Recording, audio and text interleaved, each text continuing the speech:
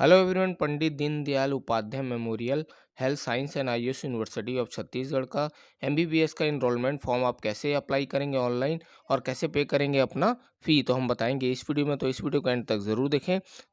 हम आ जाते हैं उनके वेबसाइट में। इसका जो लिंक है मैं आपको डिस्क्रिप्शन बॉक्स में प्रोवाइड करा दूंगा। सबसे पहले तो हमको करना है रजिस्टर, तो यहाँ रजिस्टर पे आप करेंगे क्लिक। तो देखिए अब यहाँ पर क्लिक करने के बाद रजिस्ट्रेशन फॉर्म यहाँ पर आ चुका है। तो जो बोल रहा है कि आपको पहले अपना मोबाइल नंबर यहाँ आपको एंटर करना पड़ेगा। उसके बाद आपको करना है यहाँ पर नीट का आपका जो रोल नंबर है, अलॉटमेंट नंबर, वो आपको यहाँ पर एंटर करना पड़ेगा।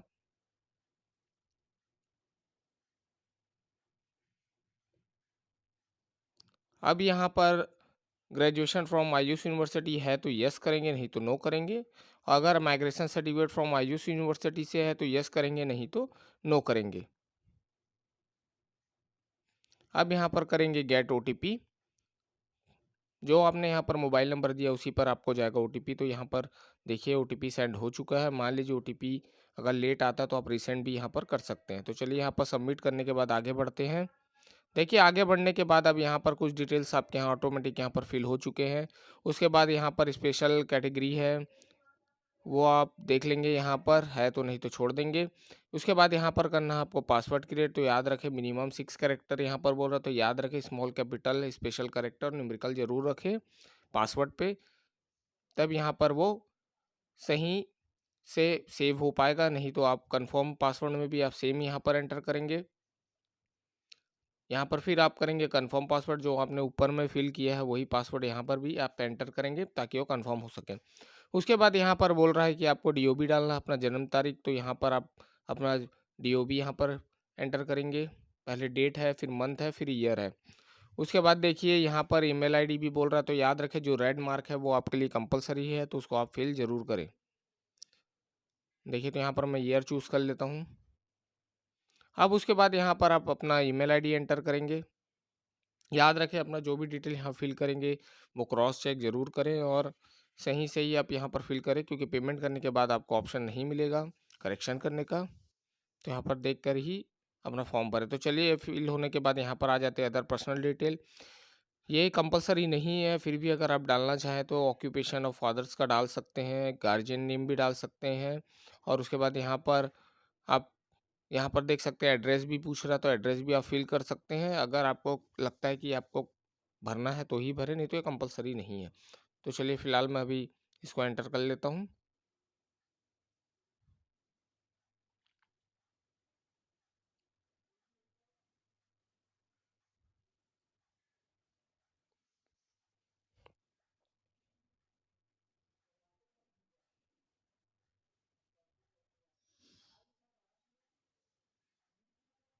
ये अब यहाँ पर एड्रेस पूछ रहा है, तो पता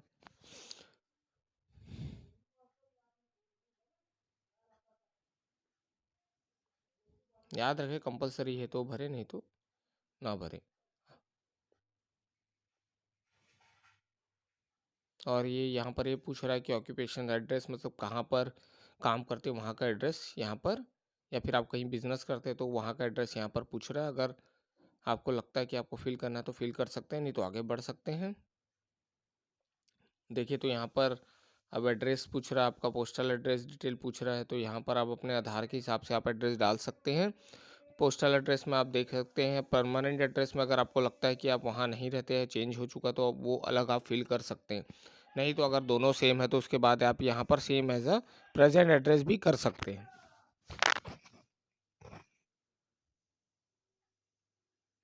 अब देखिए यहाँ पर आप स्टेट चूज़ करेंगे, फिर उसके बाद आप करेंगे डिस्ट्रिक्ट चूज़, उसके बाद करेंगे एरिया का पिन कोड। अगर आपको पिन कोड नहीं मिल रहा तो आधार कार्ड में आप अपना पिन कोड देख सकते हैं। याद रखें कि केयरफुली इसको फिल करें। तो चलिए यहाँ पर पिन कोड मैंने एंटर कर दिया। आप करेंगे सेम एज प्रेजेंट एड्रेस, यहाँ पर क्लिक करेंगे तो ऑटोमेटिक आप देखेंगे राइट साइड का परमानेंट एड्रेस फिल हो चुका है। अब नीचे आ जाते हैं, यहाँ पर आप देखेंगे यहाँ पर detail of previous pass exam. तो याद रखें आपने जो प्रीवियस पास एग्ज़ाम आपने पास आउट किया है उसका डिटेल यहाँ आपको एंटर करना है। देखिए यहाँ एग्ज़ाम नेम पूछ रहा है, आप यहाँ पर एग्ज़ाम का नाम डालेंगे।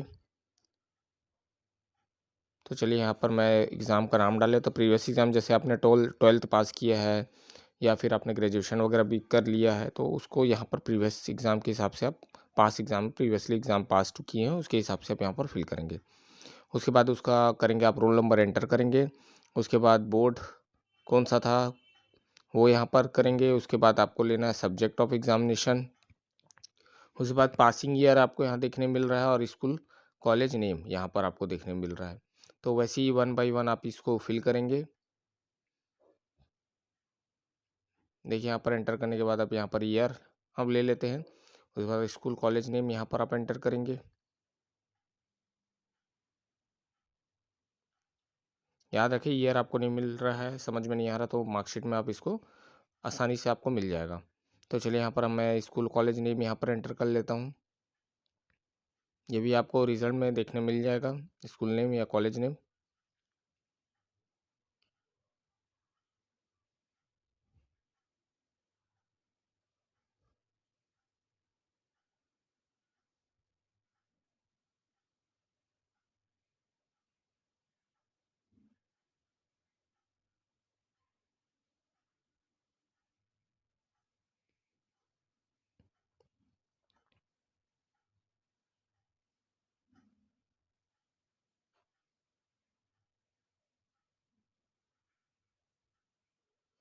अब यहाँ पर एंटर करने के बाद उसके बाद नीचे आ जाएंगे। यहाँ पर देखिए आपको last admit detail as a regular student का डिटेल यहाँ पर पूछ रहा है। एडमिटेड डेट डिटेल्स यहाँ पर क्या था आपका लास्ट, तो वो यहाँ पर ईयर ऑफ पासिंग उसका एंटर करेंगे, स्टेट और स्कूल या कॉलेज इंस्टीट्यूट नेम यहाँ पर एंटर करेंगे और कोर्स का फिर कोर्स एग्जामिनेशन का डिटेल यहाँ पर एंटर करेंगे। तो चलिए यहाँ पर मैंने ईयर सेलेक्ट कर लिया। अब उसके बाद यहाँ पर स्टेट आप सेलेक्ट करेंगे।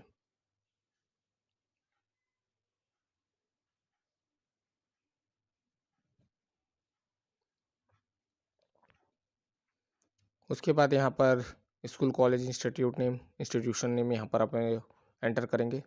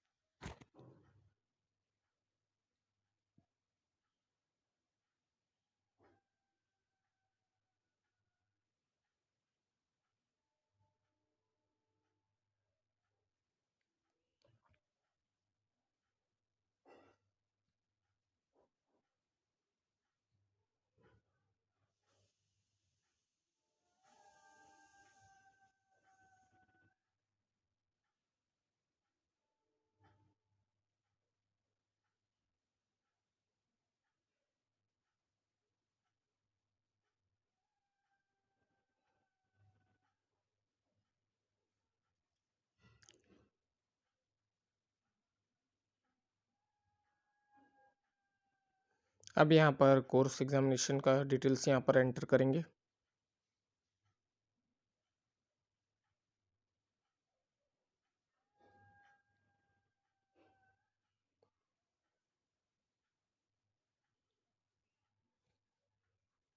अब यहाँ पर नीचे आ जाते हैं तो अदर डिटेल्स यहाँ पर आपको देखने मिल रहा है। उसके बाद नेशनैलिटी है, are you N R I, नहीं है तो नो करेंगे। फॉरेन ग्रेजुएट है, यस है तो यस करेंगे, नहीं तो नो करेंगे।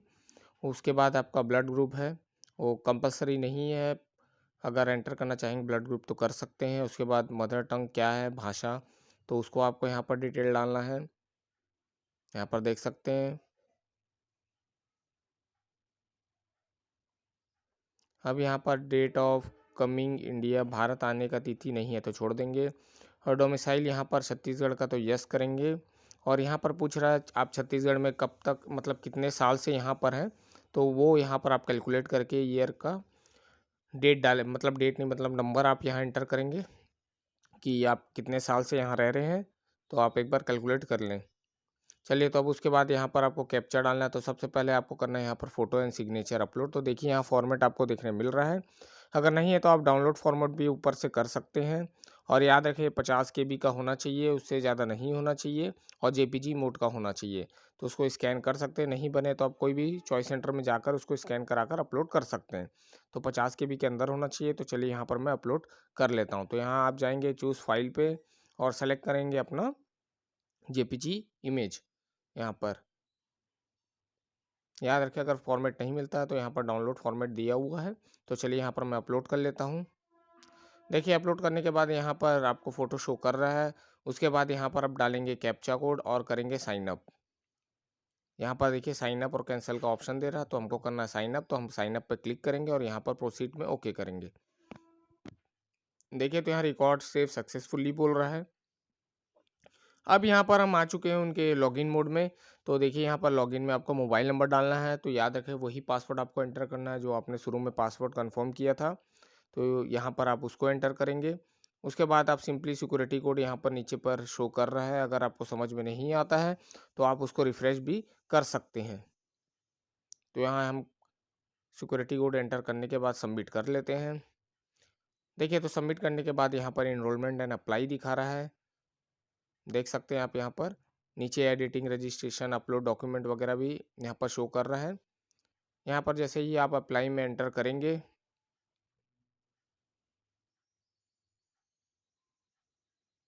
तो यहाँ पर बोल रहा है please upload the required document 10 12 marksheet and caste certificate और डोमिसाइल। तो चलिए पहले हमको करना है अपलोड। तो यहाँ नीचे आ जाते हैं तो यहाँ पर बोल रहा है अपलोड डॉक्यूमेंट। तो आपको हाँ इसी पे ही आपको एंटर करना है।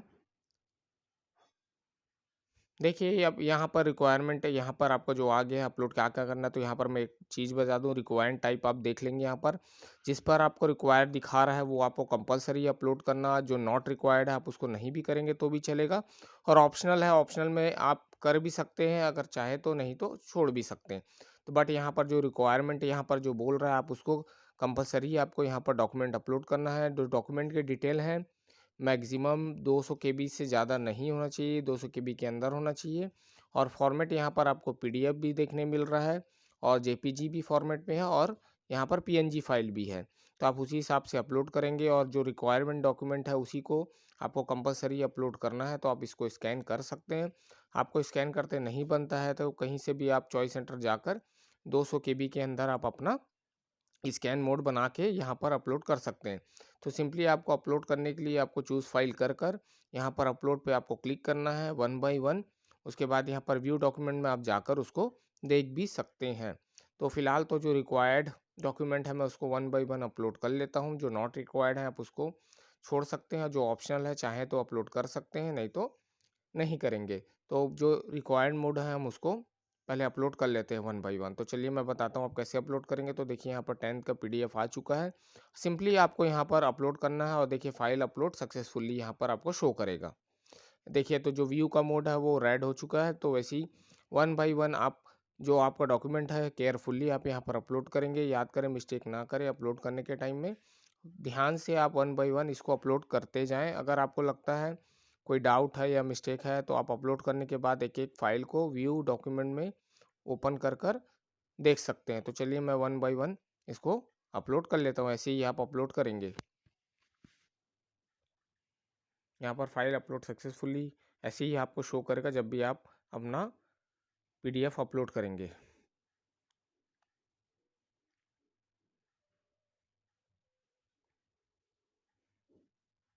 जो रिक्वायर है उसी को आपको अपलोड करना ज़रूरी है। तो याद वो ध्यान ज़रूर रखें, कोई भी एक भी नहीं छूटना चाहिए, नहीं तो बाद में आपको दिक्कत हो सकती है। ऑप्शनल वगैरह और नॉट रिक्वायर्ड को आप छोड़ेंगे तो भी कोई दिक्कत नहीं है।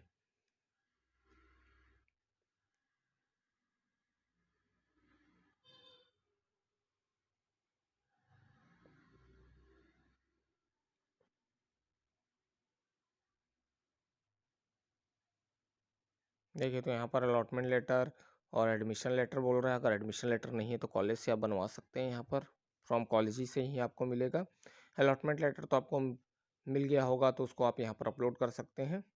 अगर एडमिशन लेटर में आप अलॉटमेंट लेटर ना डालें, ध्यान रखें एडमिशन लेटर अलग हो जाता है।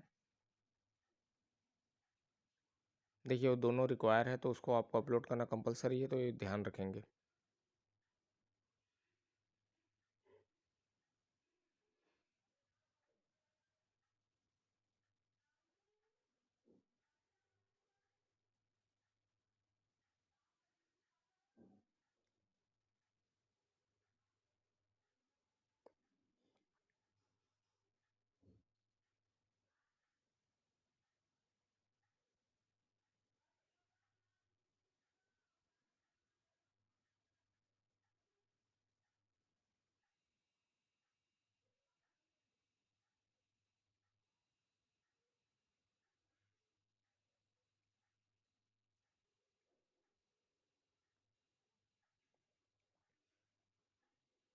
अब यहाँ पर अपलोड सब हो गया है, तो आप चाहेंगे गो टू डैशबोर्ड में, तो अब यहाँ पर आपको एनरोलमेंट के लिए करना पड़ेगा अप्लाई, क्योंकि हमने सब डॉक्यूमेंट अपने अपलोड कर दिया। तो देखिए अब टर्म एंड कंडीशन यहाँ पर ओपन हो चुका है और यहाँ पर आप देख सकते हैं आई एक्सेप्ट करके आप यहाँ पर आगे बढ़ सकते हैं। यहाँ पर आपको फ़ी रिक्वायरमेंट आपको यहाँ पर दिखने मिल जाएगा, तो आप देख सकते हैं शुल्क वगैरह यहाँ पर आपको शो कर रहा है। उसके बाद यहाँ पर आप टर्म्स एंड कंडीशन पढ़ने के बाद ही आप यहाँ पर आई एक्सेप्ट कर सकते हैं। तो एक बार आप चेक कर लीजिए आपके टर्म एंड कंडीशन में क्या क्या डिटेल्स आपको शो कर रहे हैं। अब यहाँ पर आगे बढ़ने के बाद अब यहाँ पर बोल रहा है नेम, नेम इन हिंदी बोल रहा है। अगर यहाँ पर ऑटोमेटिक यहाँ पर अब फिल हो रहा है तो ठीक है, नहीं तो यहाँ पर क्लिक हियर पर जाकर आप उसको रीसेट कर कर आप मैनुअली भी एंटर कर सकते हैं। तो यहाँ पर मैं शो नहीं कर रहा था तो मैनुअली मैं एंटर कर लेता हूँ यहाँ पर। तो देखिए यहाँ पर एंटर हिंदी नेम करके बोल रहा है, तो यहाँ पर आप आधार में जो आपके हिंदी वर्ड्स हैं वही यहाँ पर आप सेम टू सेम यहाँ पर आप एंटर कर लें। उसके बाद ही यहाँ पर सबमिट करें।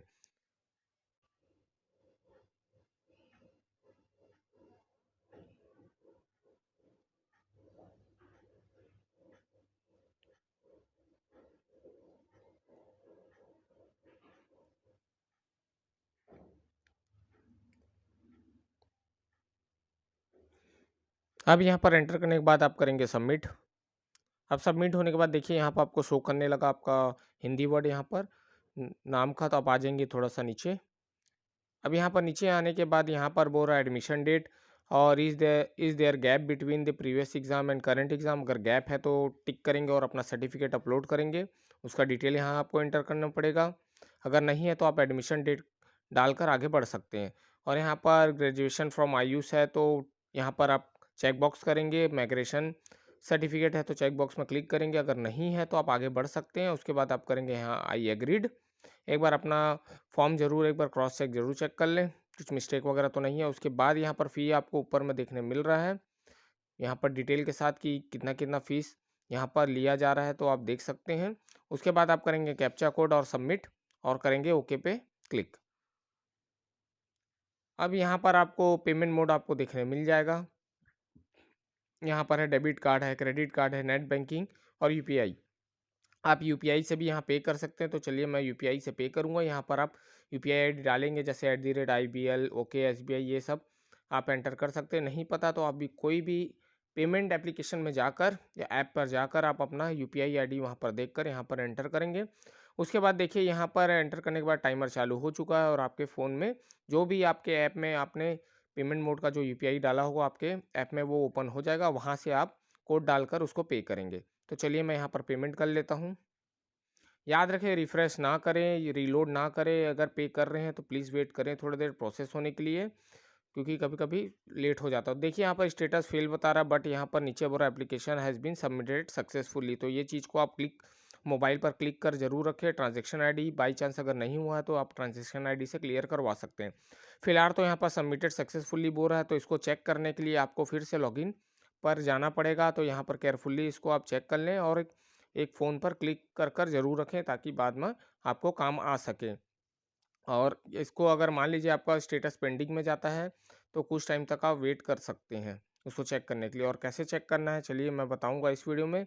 तो आप चले जाएंगे अपने डैशबोर्ड में, फिर बैक करके देखिए। चलिए तो डैशबोर्ड में चले गए, यहाँ पर फिर आपको करना पड़ेगा लॉगिन। और कहाँ से चेक करेंगे चलिए हम बताते हैं। यहाँ पर पहले अपना मोबाइल नंबर आप एंटर करेंगे, उसके बाद आप वही पासवर्ड एंटर करेंगे जो आपने पहले बनाया है। अगर मान लीजिए अगर आप भूल गए हैं तो फॉरगेट भी आप वहाँ पर कर सकते हैं। अब यहाँ पासवर्ड एंटर करने के बाद अब यहाँ डालेंगे कैप्चा कोड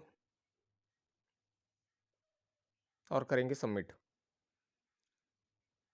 देखिए सबमिट यहाँ पर हो चुका है, तो सबमिट के बाद यहाँ print and application and receipt में आपको क्लिक करना है। अब यहाँ पर देख सकते हैं नीचे आपका यहाँ पर पेमेंट ट्रांजैक्शन सक्सेसफुली दिखा रहा है, जो वहाँ फेल बता रहा था यहाँ सक्सेस हो चुका है।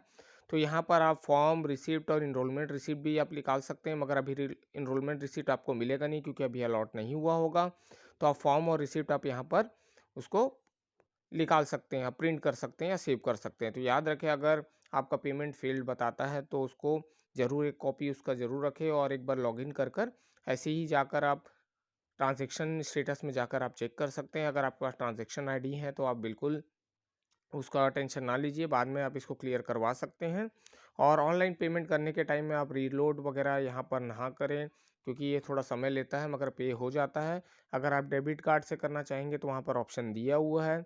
आपके पास मान लीजिए नेट बैंकिंग है, आपको डेबिट कार्ड से नहीं बनता तो नेट बैंकिंग से भी आप पे कर सकते हैं और यूपीआई से भी आप पे कर सकते हैं। मान लीजिए आपको पेमेंट में दिक्कत आ रही है तो कोई भी चॉइस सेंटर में जाकर आप उसको सिंपली लॉगिन करवा कर आप पे करवा सकते हैं। और यहाँ से आप अपना, जैसे मैंने स्टेप बाय स्टेप बताया कि आप कैसे अपना फॉर्म देख सकते हैं और प्रिंट कर सकते हैं, तो याद रखें वैसे ही आप लॉगिन कर कर अपने मोबाइल नंबर और पासवर्ड से और लॉगिन करके आप प्रिंट में रिसीप्ट प्रिंट में आकर आप अपना फॉर्म डाउनलोड कर सकते हैं। याद रखें अगर मान लीजिए आपका पासवर्ड आप भूल चुके हैं तो आप फॉरवर्ड में जाकर आप पासवर्ड को यहाँ पर आप रिकवर कर सकते हैं। तो याद रखें जो आपने मेल आईडी रखा है वो उस पे ही आपको शेयर होगा और मोबाइल नंबर पे, तो याद रखें दोनों को ऑन ज़रूर रखें।